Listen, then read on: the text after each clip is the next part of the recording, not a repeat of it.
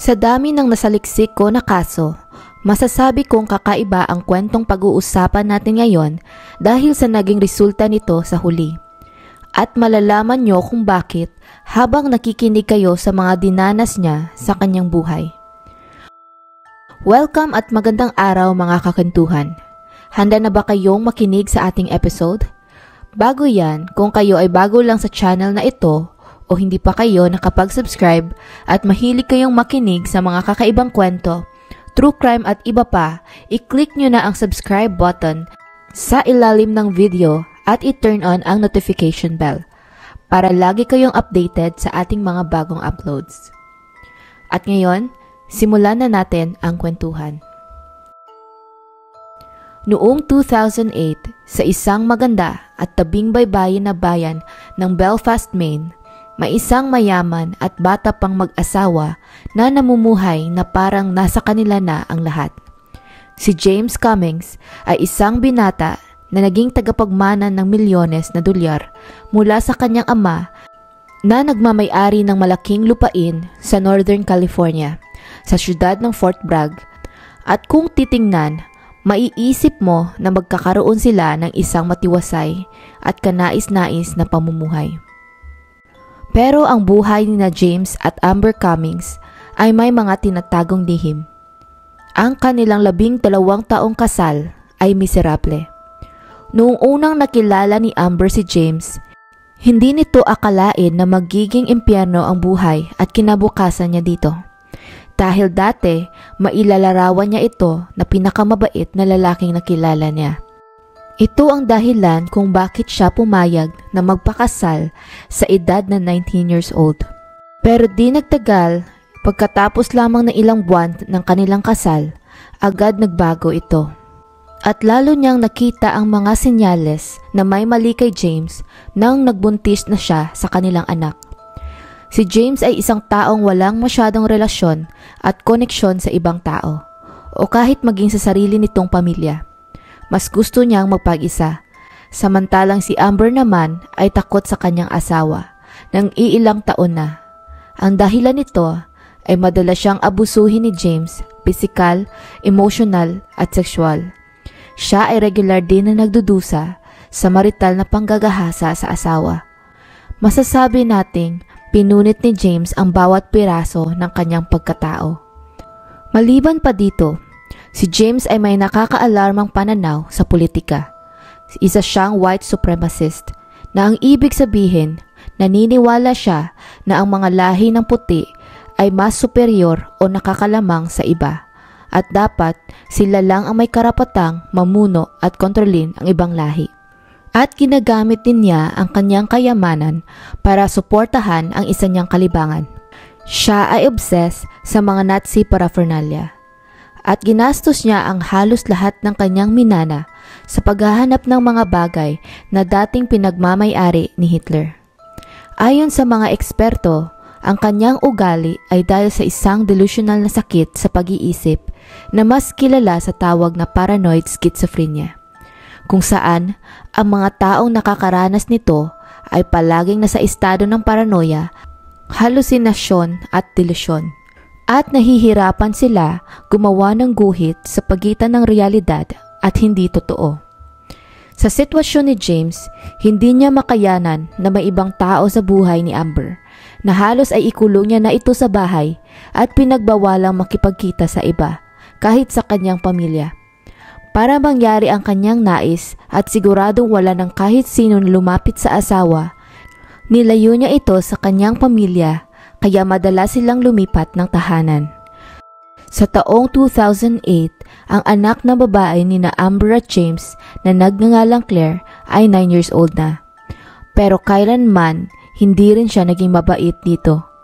Mahigpit ang pagdidisiplina niya sa bata at madalas niya itong pagalitan kahit sa maliliit na bagay.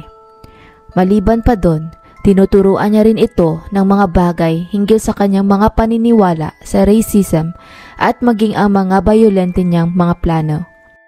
Sa mga pagkakataon na sasaktan ni James ang kanilang anak, palagi niyang ilalagay ang sarili sa kanilang pagitan para masalba at maprotektahan ito. at siya na lamang ang tumatanggap ng pananakit mula sa asawa. Pero kadalasan, pag ginagawa ito ni Amber, lalo lang nagagalit si James at mas pinapalala pa nito ang pambubugbog sa kanya sa pamamagitan ng pagsuntok ng malakas o pagsipa sa kanyang katawan. Minsan din, para madisiplina ang anak at hindi ito matulungan ni Amber, ipapasok niya ito sa kwarto at saka papaluin. At ang tanging magagawa na lamang ni Amber ay ang patuloy na katukin ng pinto at magmakaawa sa asawa na tumigil na ito habang umiiyak. Nakahiwalay sa pamilya, inabuso at nanginginig sa takot mula sa asawa, makailang beses ding sinubukan ni Amber na tumakas kasama ang anak.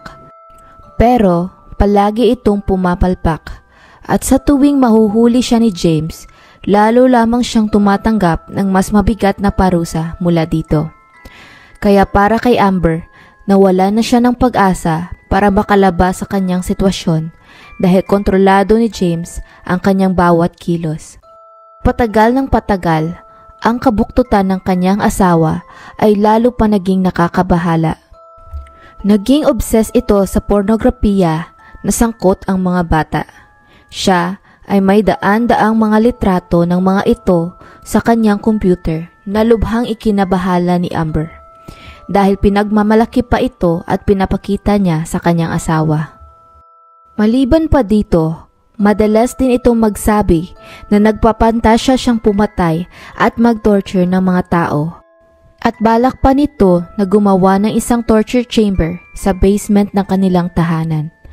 At kahit si Amber ay hindi sang-ayon sa ginagawa nito, wala siyang magawa kundi ang mag-oo na lang sa asawa para hindi lamang siya saktan nito.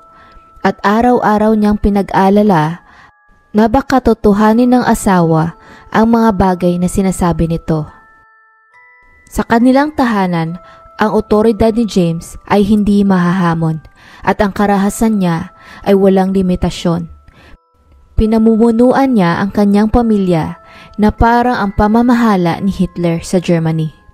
Hanggang tumating na si Amber sa kanyang limitasyon.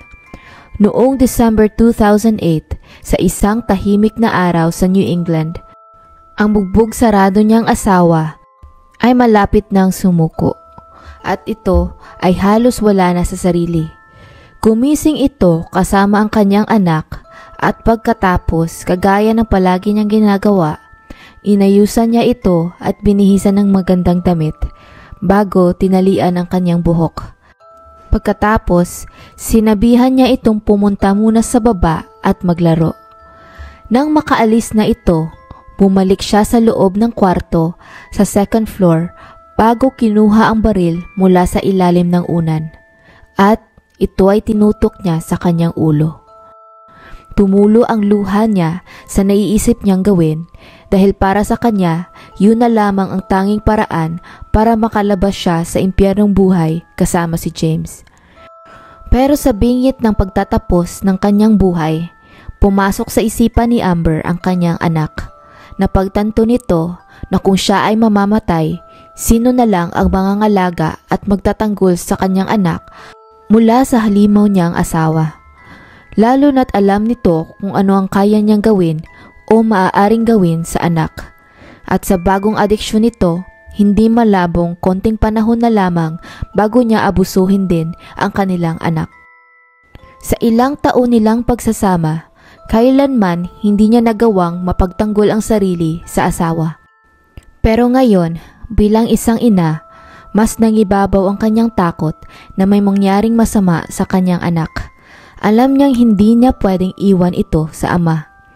At para sa kanya, gagawin niya ang lahat para lamang hindi mapahamak ito. At sa oras na iyon, isang bagay lang ang kanyang naiisip. Tumayo siya sa higaan at nagsimulang maglakad palabas ng kwarto, patungo sa kwarto ni James. At habang ang kanyang sadistang asawa ay natutulog, tinutok nito ang baril sa kanyang ulo at hinila ang gatilyo.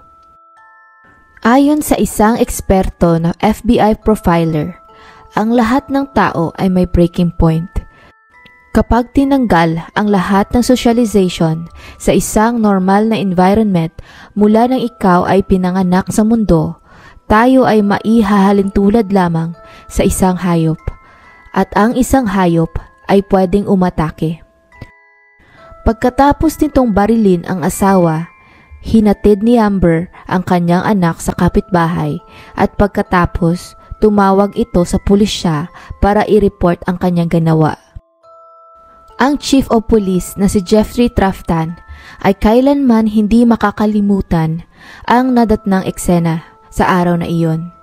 Ayon sa kanya, mahirap para sa kanila na bigyang katwiran ang pagbaril ni Numan sa isang taong natutulog. Dahil kung titingnan, wala man lang itong kalaban-laban.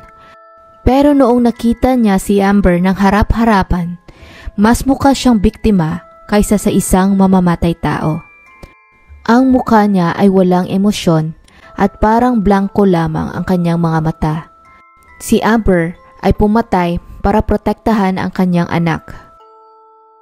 Pero nang nagpatuloy pa ang investigasyon ng pulisya, mukhang may nagawa pa ito maliban doon na maaaring magbago sa kasaysayan.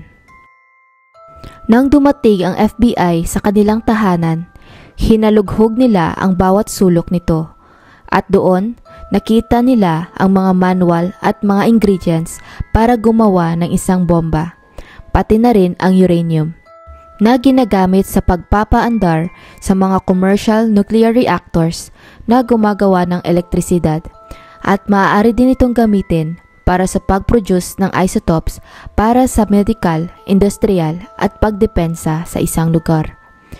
Marami din sa mga gamit sa kwarto na iyon ay radioactive. Sa baluktot na racist na pananaw ni James sa mundo, si Barack Obama ay hindi dapat naging presidente dahil hindi ito puti. At doon, nakita nila ang maitim na binabalak nito laban sa presidente. Ayon sa isang kalendaryo na nahanap nila sa kwarto, dapat si James ay magmamaneho kasama ang kanyang pamilya sa Washington DC para sa inaugurasyon ni President Obama. At doon, pasasabugin niya ang isang bomba.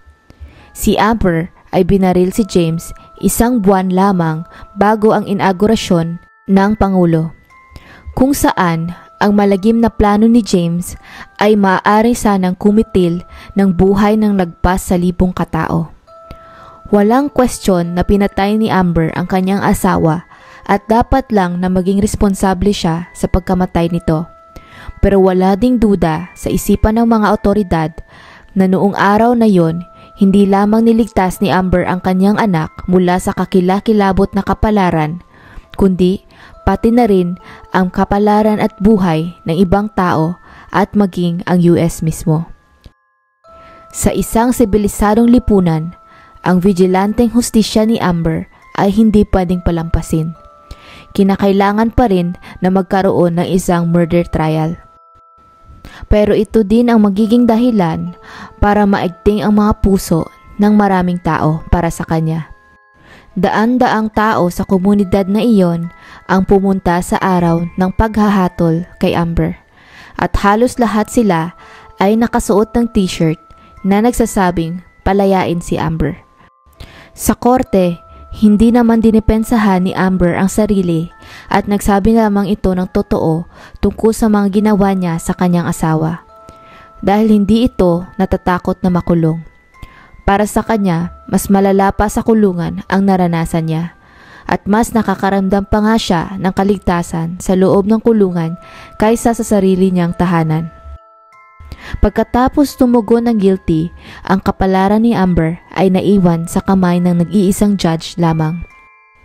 At pagkatapos ng ilang oras na deliberasyon, si Amber ay binigyan ng 8-year o 8 taong hatol ng pagkakakulong.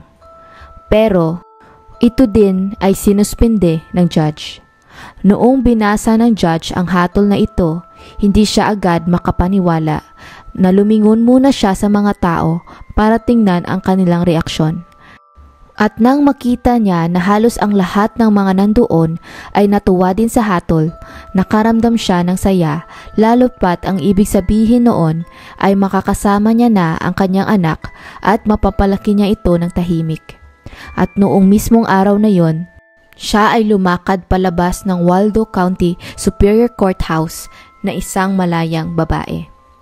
Ayon sa Chief of Police, habang may maliit pa ding mga tao ang hindi sumasang-ayon sa pagbaril ni Amber sa asawa at sa pagpatay niya dito, naniniwala ito na ang komunidad ay napatawad na ito ng buo. Ngayon, dahil nakalaya na ito mula sa pang-aabuso sa kanya, pati na rin sa hatol ng pagkakakulong, humingi ito ng isang pambihirang hiling sa komunidad. Ito ay ang patawarin din sana nila ang kanyang asawang si James. Nagpapaliwanag na ito ay may problema sa pag-iisip at umaasa siya na sana hindi magtanim ng galit ang mga tao sa kay James. Sa isang interview din kay Amber, sinabi nito na kung babalikan niya ang panganib na palagi niyang kasama sa kanyang tahanan at buhay, maaaring hindi ito kapanipaniwala. Ang bahay na tinitirhan niya ngayon kasama ang 10-year-old na anak ay komportable na at maayos. Pero kapag inilalarawan niya ang takot at kilabot na nararamdaman niya habang siya ay kasal pa kay James, nangliliit ito sa kanyang sarili at nawawala pa rin ang kanyang ngiti. Sabi din ito na kung hindi dahil sa kanyang anak, matagal na siyang nagpakamatay. At ang ibang mental torture na naranasan niya ay kailanman hindi na mawawala sa kanya sa buong buhay niya. Sa sobrang lala nito, hinaharap pa rin niya ito araw-araw. At dito na nagtatapos ang ating kwento. Ano ang masasabi nyo sa episode na ito? Sang-ayon ba kayo sa naging resulta ng kanyang kaso? Pakibahagi ng inyong opinion sa comment section. Muli, maraming salamat sa inyong pakikinig at pagsuporta. Kung nagustuhan nyo ang video na ito, please like and share at mag-subscribe na din kayo sa ating channel. At habang naghihintay ng mga susunod na video, subukan yung panoorin ang iba pa nating uploads sa ating channel. Hanggang dito na lang at mag-ingat kayo palagi, mga kakentuhan.